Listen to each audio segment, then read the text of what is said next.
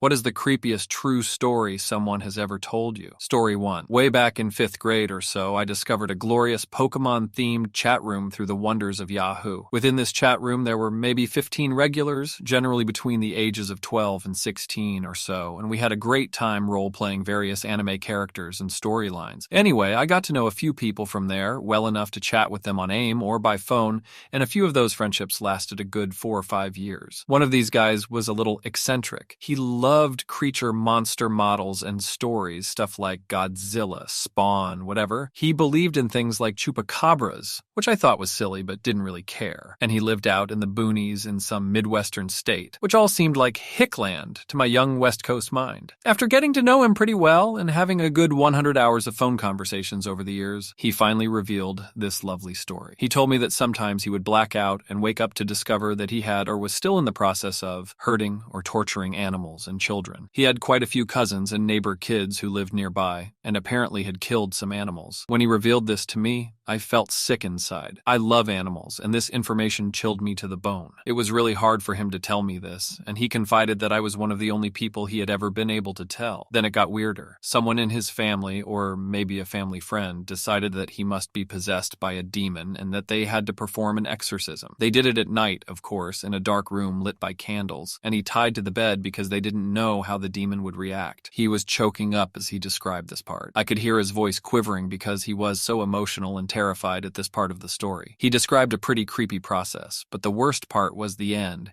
He said they heard something hit the floor under the bed when the demon left his body, and then something scrambled across the floor and out of the room in the darkness, leaving claw marks in the wood floor. He was totally and completely serious about this, and how it cured him, and he didn't hurt things anymore. I, as any sane person would do, noped right the fuck out of that situation. Story 2. In my hometown, there was a true story about a guy in my neighborhood that was going into people's homes and stealing shit and killing pets. He made one strike a night, and he was super careful, so he never got caught. On like the 9th or 10th night, they caught this guy, and he was my neighbor. He was 17 years old, and he did it for the thrill. Story 3. My grandmother's entire life, she had a recurring nightmare. In this nightmare, she would be walking down a long, dark hallway, turn to the left, open a door, and see something terrible. She'd always wake up before seeing what it was. In her 40s, she, her husband, my dad, and my aunt were on vacation. They booked the hotel at the last minute, so they ended up having to get 2 rooms with 2 twin beds on opposite sides of the floor. My dad wakes up around 3 a.m. and can automatically tell something's not right. He calls out in the darkness, "Dad?" No response. He turns on the bedside light. "Dad?" he says, a little louder this time, still no response. Getting worried, he slides out of bed and shakes his father. He doesn't wake up. My dad ran down the hotel hallway to my grandma's room and started banging on the door. My grandma worriedly opens the door and my dad shouts, "Something's wrong with Dad." He leads her down the hallway, a long hallway, to the last door on the left. My grandmother reaches the door, turns to the left, and sees her husband dead in bed. Heart attack. She never had the dream again. Story 4. I lived near a camp that I used to attend as a child. When I was 7, there was a counselor at the camp who was Russian. The camp has a very large staff exchange program with many different countries. And very weird at that. Counselors said he was incredibly fast, and during staff-only campfires he would catch skin and eat live rabbits. He could do this crazy sleeper hold move. It essentially was a strangling move that knocked you out for a few seconds. You came to and were fine a minute later. I saw him do it on a counselor once. The guy was out for about 10 seconds. He was forbidden to do it after that. However, the kids got curious and started asking him to do the move. He would do it in secret, but he would increase the severity of his holds, which would in turn keep the kid knocked out for a longer period of time. One day, a camper went missing. He wasn't in his bunk despite going to bed with his cabin that night. They did a camp-wide search, keeping us all on the soccer field for about 2 hours. The counselors had to start searching the water. They found his body under the sailing dock, completely out cold. Edit. He was alive but very unconscious. He had strangle marks around his neck. Everyone knew who it was. They arrested the Russian guy and deported him back to Russia. Turns out they never even sent an exchange counselor. Nobody knew who the fuck he was. Story 5. My 4-year-old daughter was supposedly asleep when I heard noise coming from her upstairs bedroom. I tried to listen but could not make out what was being said. I approached the room and she stopped talking. Thinking I alarmed her, I went into the room. At the time, she was sharing it with her 3-year-old sister. I walked in and saw the 4-year-old sitting up in bed. I smiled and said, "Is everything okay?" She said fine, but her sister said they were keeping her up. I asked who. My 4-year-old said sorry, but that she was talking. When I asked her who she was talking to, my 3-year-old sat up and said, the girl in the window, she said you were coming. After I hit a brick, I asked who the girl was, and they both said a girl comes and stands in front of the window at night and talks to them. Not knowing what to say, I said okay, tucked them in, and hung around outside their door. The next day, I asked about the girl. They said she came back but was mad. I waited a few days and asked again. My 4-year-old said the girl in the window was still mad. I forgot about it for about a week when my wife asked, who are the girls upstairs? Freaked out, I ran upstairs and both girls were sitting under the window looking up. They turned and looked at me and asked if I wanted to meet the girl. When they turned around, disappointed, they said the girl left. It has been about 5 years since, and I have not heard about the girl in the window since then. Story 6. A friend of mine told me when she was 13, she and her friend were at the mall, and an older guy, 40 plus, started chatting them up and offered to buy them clothes. The girls went along and he bought them each about $100 worth of stuff. Then he wanted them to go back to his place to show him the clothes, and the girls ditched him. Hate to think what his plans were to recoup his investment. Story 7. When I was about 11, some friends and I were having a slumber party, and we all snuck out of the house in the middle of the night and went to a park about half a block away. We had been there at least an hour or so when I thought I saw a large, shadowy figure about 100 feet away, lurking in the shadows under some trees. We all turned to look and stared in the shadow's direction for about 5 minutes trying to make it out. Right about when we had decided we were seeing things, the figure started running at us at top speed. We jumped up and ran back to the house as fast as we could go and locked the door. We could hear someone moving around the outside of the house, and then it began tapping on the windows. We couldn't wake anyone up since we would have had to admit we had snuck out. We spent the night huddled together in the middle of the living room, waiting to be murdered. Luckily, we weren't. Story 8. Up until I was about 6 or 7, I kept having strange dreams. It was kind of like a TV show. I'd watch this woman's life play out in a series of events. I didn't even know who the lady was I kept seeing in my dreams. Most of it was random stories like her coming home from work one day to find out her oldest daughter had locked her sister out of the house naked. I had dreams of watching this woman beat her children. I watched this woman and her boyfriend get into drugs. I watched them shoot up heroin before I even knew what it was. I even watched this woman die of AIDS in a hospital bed. None of it made sense to me until I even watched this woman's funeral. The last dream I ever had was the boyfriend raped the oldest daughter. Throughout that entire horrific scene, I could hear the woman's voice, "Tell her I'm sorry. Please, Vanessa, tell her I'm sorry. I should have listened to her." At this point, I woke up majorly panicked, not just from what I had seen, but because this woman called out to me by name. So I finally go to my mom, and I'm talking so fast, trying to get it all out. And my mom is just standing there with her jaw to the floor, as I'm recalling my dreams and her childhood memories. When I got to the apology, she started to sob uncontrollably. I want to note that my mother never told me anything about my grandma or her childhood prior to these dreams. I had never even seen a photograph of her. My grandma showed me scenes from her life, asked me to apologize to my mom for not listening to my mom about the BF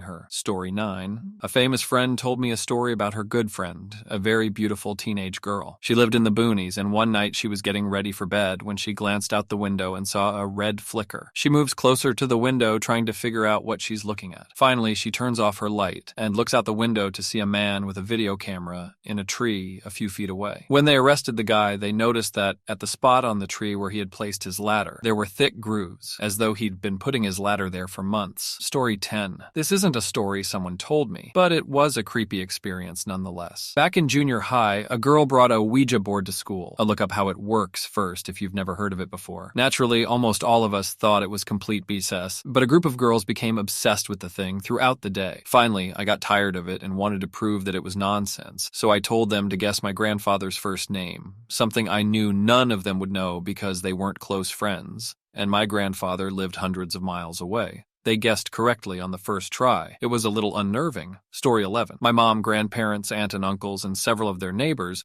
all swear they saw a UFO hover over my grandparents' house in the late 1960s. They said it just hung over the backyard, silently spinning, except for a faint wheezing sound for a minute or two with all sorts of colors in a ring. My mom and grandma said they remember the television and radio in the living room turning on full blast, getting transmissions and broadcasts from other countries and other languages, and appliances in the kitchen were rattling. My uncle said it was hanging right outside his bedroom window on the top floor, and that he was too scared to move, just stood by his window, staring. Another time, I'm pretty sure I saw a UFO with my mom behind our house about 10 years ago. Our backyard is basically a mile of farmland, and there was a bright white light bouncing in the middle of the field. and then it just shot up and was gone. Aliens are probably stalking my mom. Story 12. 10 years ago, about 2 years after my mother had died, my dad was getting remarried. Before my stepmom was going to officially move in, we had to clean out a lot of the house because we were consolidating 2 families worth of stuff. One morning while we were cleaning, my babysitter and I found a fancy mug of my mother's with the emblem of her college and accidentally left it in the upstairs office. My dad came home from work a few hours later, and suddenly the mug was downstairs in the kitchen on top of a sample of the wedding invitations. No one had touched it since the morning. We joked about the haunted mug for a while, how it was my mom giving her approval of the wedding. Nothing happened again for a bit, until a little over a year after they were married. My stepmom had misplaced her car keys and spent half an hour searching every corner of the kitchen for them, which involved many laps around the island counter, which had been scoured thoroughly. However, on what must have been the 50th lap around, she saw that her keys had appeared on one of the corners, with the mug next to them. We put it on a high shelf, and it hasn't moved since. My deceased mother decided it would be cool to communicate through a mug. Story 13. Friend told me her purple dinosaur came to life at night and watched her. Friend explained to me why she took sleeping pills. Apparently when they lived in GA, they bought an older house. Rich family, very nice home, which had some character. She claimed to find some old purple dinosaur in the crawl space while her dad was fixing some plumbing. Played with the dino for a few weeks, always slept with it in her bed, among other toys. One day she woke up to it staring at her standing on her chest in a different molding position than when she had found it, or it had been the past few weeks. Set it aside, the next 3 weeks, same thing. Didn't matter if she put it on the floor in a drawer or anything. One day she locked it up, couldn't sleep, heard the drawer unlock, open, and slam shut. Slight footsteps, and it was back on her chest. She was scared, so scared. She pretended to sleep while it shifted and sat on her chest and watched her sleep. She told her mom the next day. Her mom didn't believe her until she was allowed to lock the damn thing in their room. Same damn thing. They moved to another house after other paranormal things started happening around the house. The dino stayed at the original house, buried if I remember right,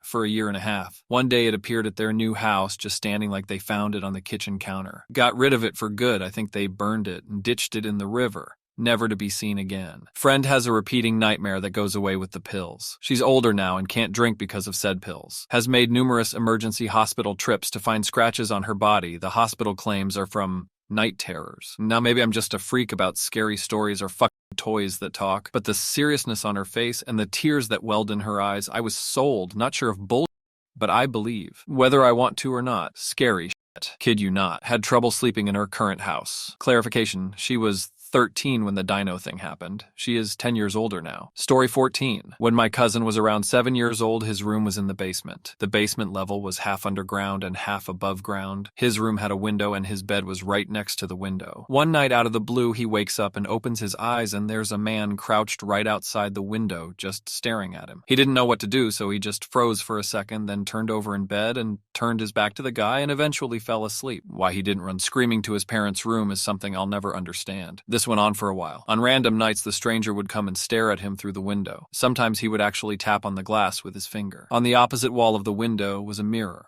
So one night when my cousin noticed the stranger was there and he turned over in bed so as to not have to look at the guy, the stranger shined a flashlight and bounced the beam off the mirror to illuminate my cousin's face as if to say, I can still see you. But the worst part was this. One night the stranger finally got bold and began to push on the window to see if it would open. But luckily, the window was locked. To this day, my cousin has no idea who the guy was, or what he wanted, or what he would have done had the window been unlocked that night. And to this day, he still has not told his parents about it. He's 31 now. Strangers would stand outside my 8-year-old cousin's window at night and stare at him. Story 15. Hope this doesn't get buried. This happened to my parents about 20 years ago now. Both of them were driving out to Death Valley to a hotel for a weekend in the wintertime, and they had left late in the day and were going to arrive at the hotel at night. The hotel was about 30 minutes outside of the actual Death Valley town center, and when they finally found the place, it was completely abandoned. My mom got spooked easily and it didn't want to go and look, but my dad's into that sort of and got out of the car. Right after he walks around the back of the building to look around, a man approaches my mother's side of the car. He claims his motorcycle broke down and that he delivers newspapers to Death Valley. My mom looks around, sees no motorcycle anywhere. And this hotel had nothing near it, not one building. This guy was begging